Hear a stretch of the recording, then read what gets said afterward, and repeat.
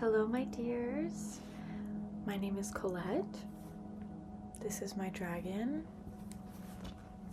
This is my dragon. Welcome to my crib.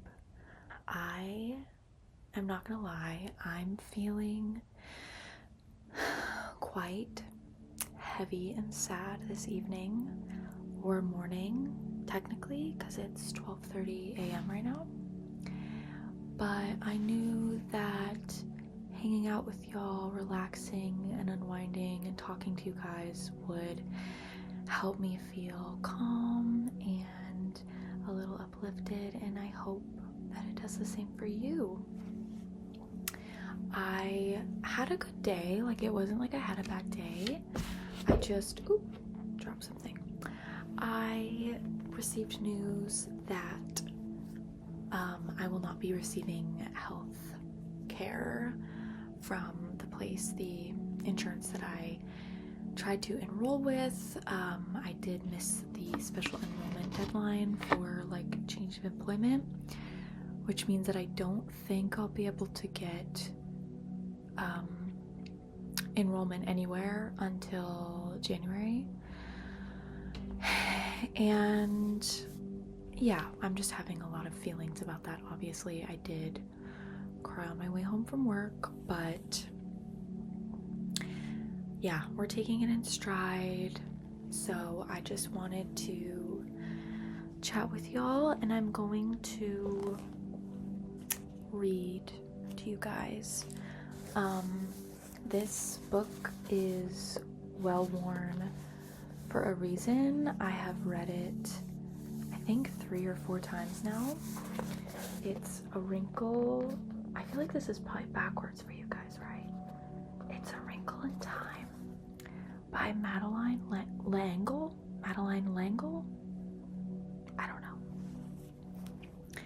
I think it was, I know it's popular. You guys probably know this book, but I forget when it was written. In the 60s, I think. Yeah, 1962. But I really love this book.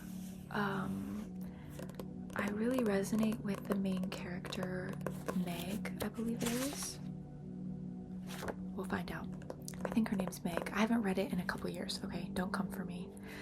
But although our external reactions and external like worlds are very different, I've always really resonated with her feelings and the way that she like thinks about things. And reading this, I think I read this for the first time when I was like 18, and I'm pretty sure it is a kid's book. Like, it is a kid's book, but sometimes it can be really nice to read a kid's book because you can just kind of latch on to what it's about, and you don't have to, I don't know, especially classic children's books, I just really resonate with sometimes. Sometimes they're really boring, but I really like this one. Disney did it dirty. I love my girl Storm Reid. I'm pretty sure it was Storm Reid they cast. I love her, but I hated everything else about how they interpreted the story. Like, the story feels right in the 60s. It takes place in the 60s, or maybe even the 40s. And that's like a very important part of it. Anyways, Disney hasn't done very much right for the last like while, so kind of goes without saying. It's actually a trilogy, and I have the 3rd book. I stumbled upon it in the store. Didn't even know this was a trilogy, or maybe even more than a trilogy. I don't know, but I just stumbled upon it, and I have yet to stumble upon the 2nd. It's been like 5 years. I'm gonna turn the music down a little bit. It's been like 5 years, and sometimes it feels important to me not to shop online for things. Like, the discovery is half of the fun, half of the magic, especially because this is a book that means so much to me, and it's like science fiction, but it's also very whimsical, and a lot of it's about identity. I don't know. I don't like online shopping. It takes away the fun part, which is like the discovery of something. Especially because I'm someone who thrifts a lot and I love going to used bookstores. So I have this like picture in my head of like stumbling upon the second book in the series and then reading it and then reading, I don't know. I'm very sentimental about random things. But I really like the cover. It's got one of the characters on like a Pegasus and this creature. Wow, it's like, I actually haven't looked at this in detail before. There's like a face and then an eye and then another face and another face. Wow, that's cool. And then it looks like this might be the same person.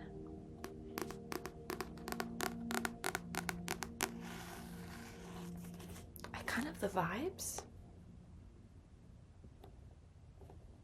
are matching. So I'm gonna set the mood with a candle. This is Vanilla Spell. It's vanilla bean and musk, which I'm finding is my sweet spot. I love a sweet scent, but it can't be too sweet, you know?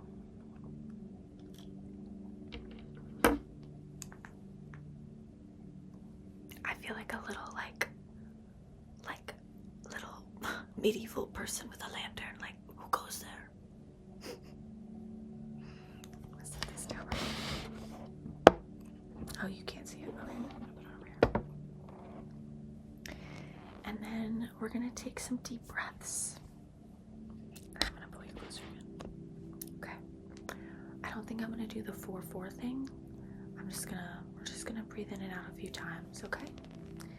And then I'll read to you.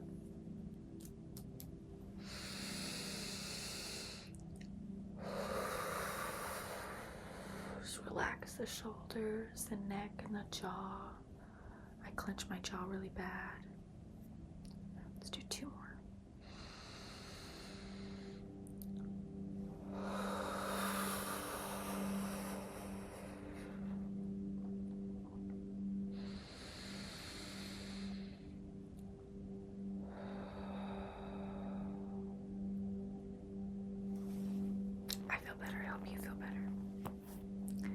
I don't know if I'll make it through the whole chapter. My voice is kind of sore today for some reason.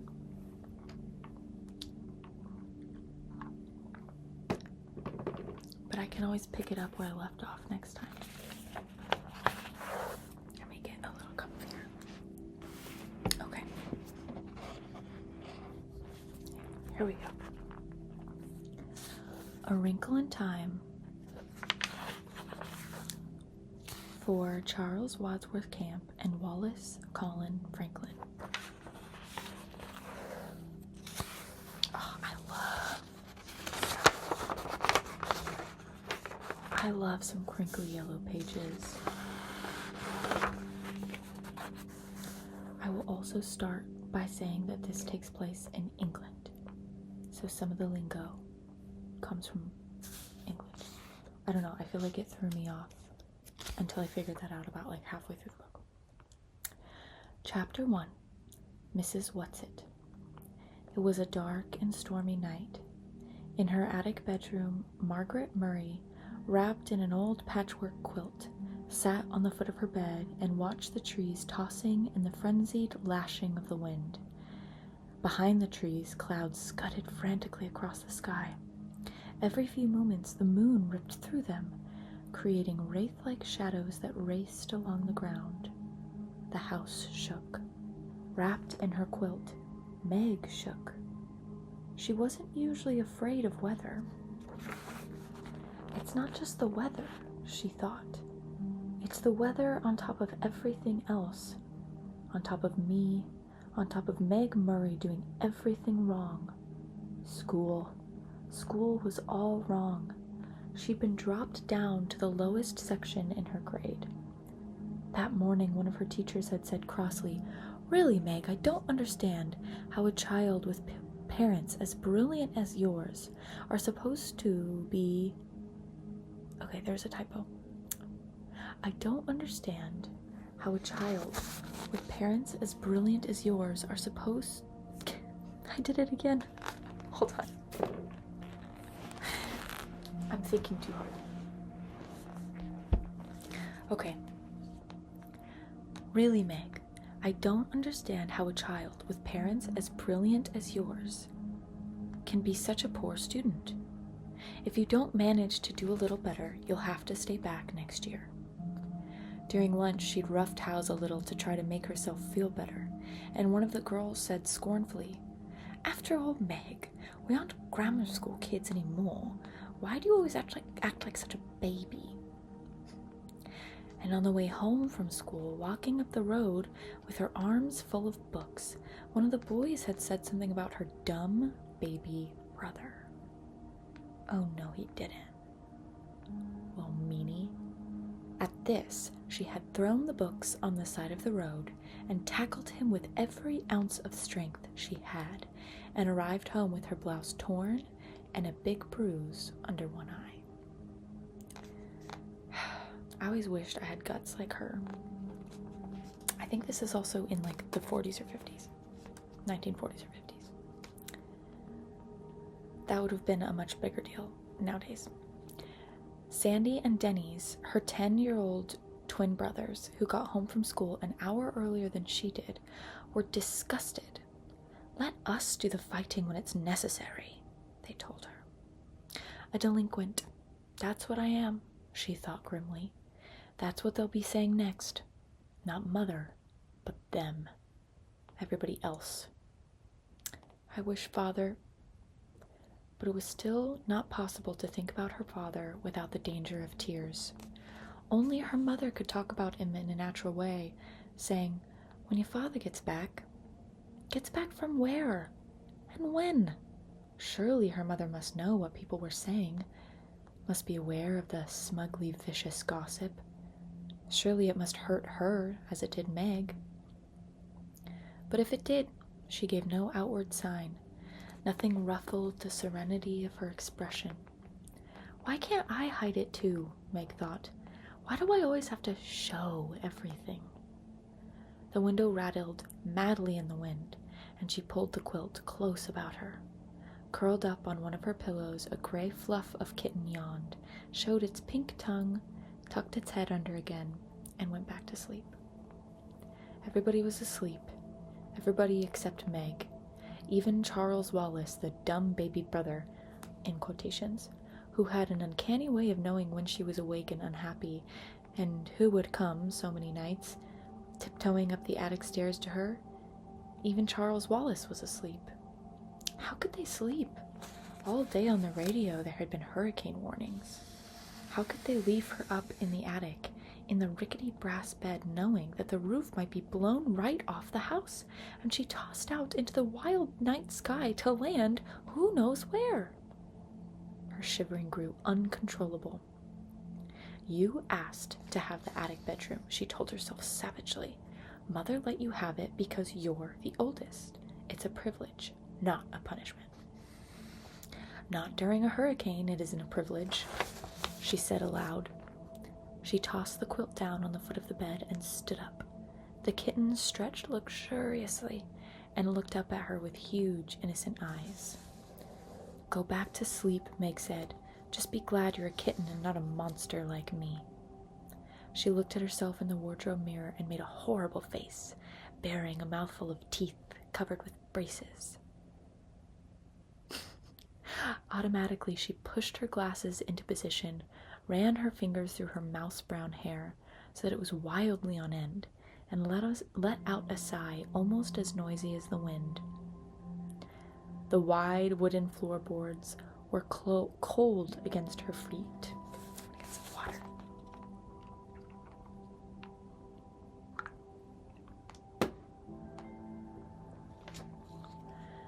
The wide wooden floorboards were cold against her feet. Wind blew in the crevices about the window frame, in spite of the protection the storm sash was supposed to offer. She could hear the wind howling in the chimneys. From all the way downstairs she could hear Fortinbras, the big black dog, starting to bark.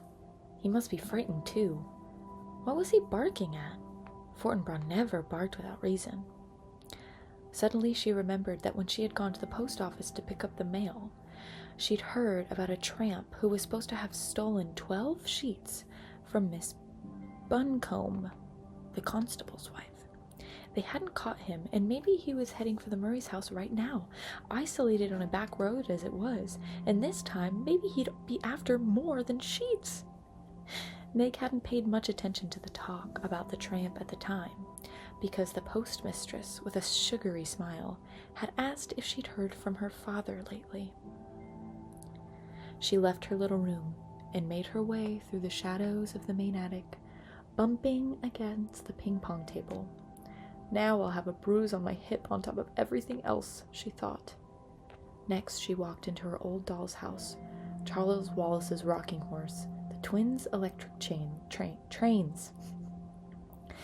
Why must everything happen to me? She demanded of a large teddy bear. At the foot of the attic stairs, she stood still and listened. Not a sound from Charles Wallace's room on the right. On the left, in her parents' room, not a rustle from her mother sleeping alone in the great double bed. She tiptoed down the hall and into the twins' room, pushing again at her glasses as though they could help her see better in the dark. Denny's was snoring. Sandy murmured something about baseball and subsided. The twins didn't have any problems. They weren't great students, but they weren't bad ones either.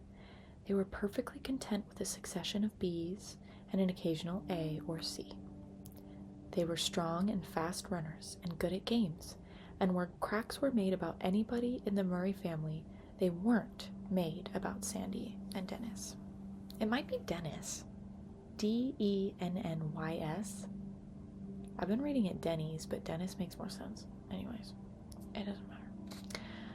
She left the twins' room and went on downstairs, avoiding the creaking 7th step. Fortinbras had stopped barking.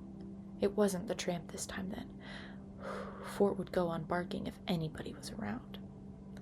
But suppose the tramp does come. Suppose he has a knife.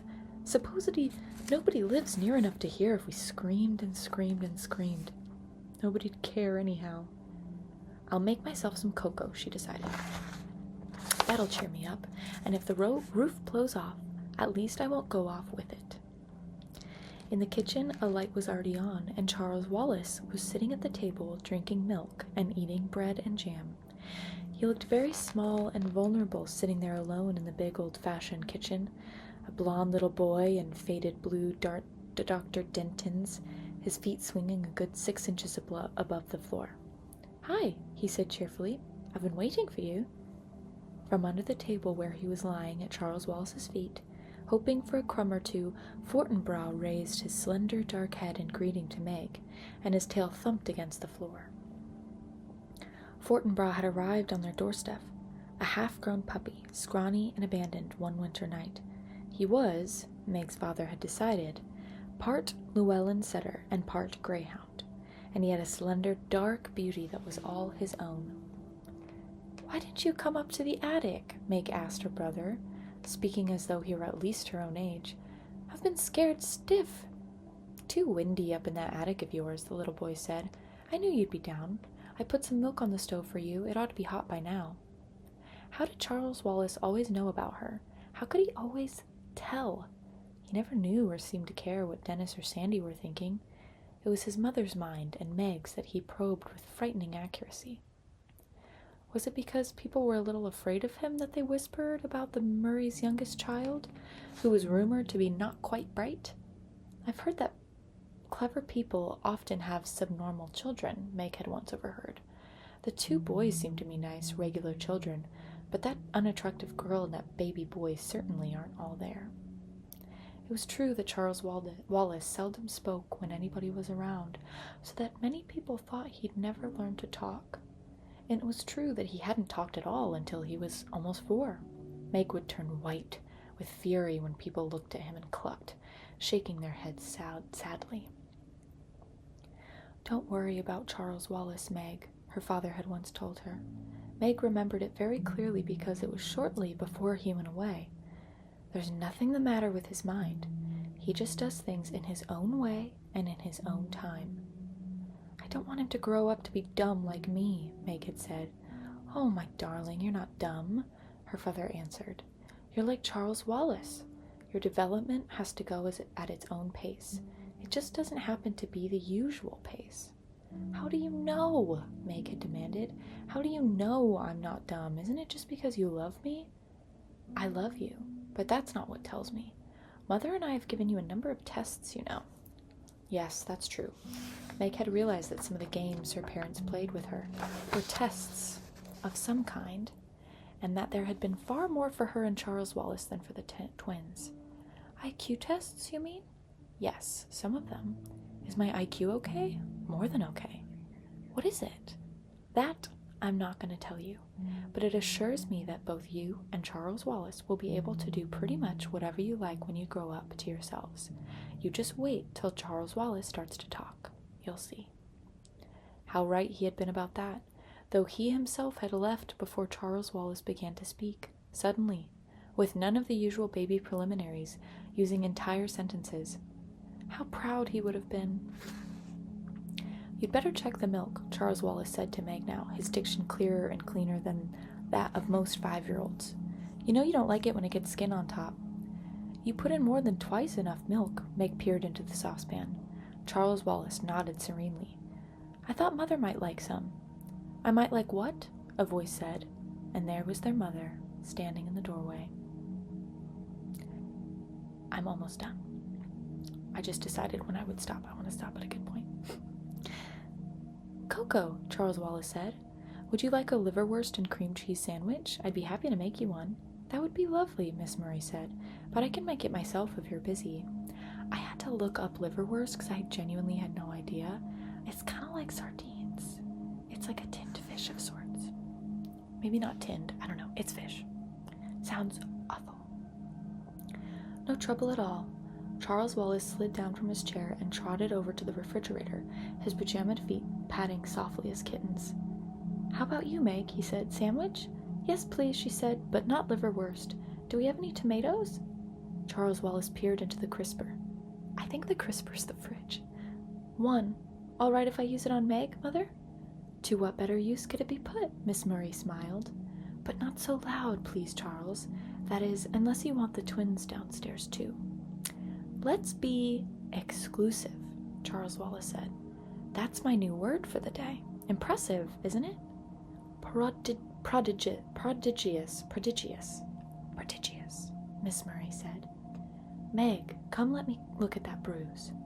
Meg knelt at her mother's feet. The warmth and light of the kitchen had relaxed her so that her attic fears were gone. The cocoa steamed fragrantly in the saucepan. Geraniums bloomed on the windowsills, and there was a bouquet of tiny yellow chrysanthemums in the center of the table. The curtains, red with a blue and green geometrical pattern, were drawn and seemed to reflect their cheerfulness throughout the room. The furnace purred like a great sleepy animal. The lights glowed with steady radiance. Outside, alone in the dark, the wind still battered against the house, but the angry power that had frightened Meg while she was alone in the attic was subdued by the familiar comfort of the kitchen. Underneath Miss Murray's chair, Fortinbras let out a contented sigh.